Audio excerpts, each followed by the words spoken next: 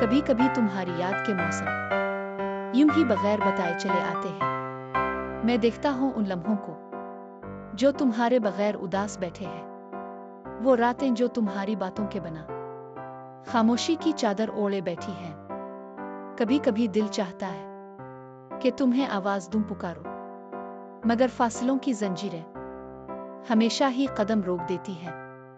ये रातें, ये यादें, सब कुछ वैसे ही है, बस तुम नहीं हो, तुम नहीं हो।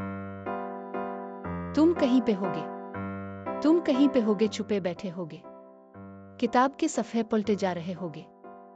हो सकता है वही हो तुम जहां मैंने तुम्हें छोड़ा था। हो सकता है कोई दूसरा तुम्हें मेरी तरह नहीं मिलता होगा। तुम कहीं पे बैठे सोच रहे होगे कि किसी को हम जैसे नहीं मिलते होंगे। तुम्हारी यादों के ध्यान में तुमने हमें भुलाया होगा, हमने भी तुम्हें याद रखा है, किसी किताब के सफ़े की तरह। तुम कहीं पे होगे, छुपे बैठे होगे, किताब के सफ़े पलटे जा रहे होगे।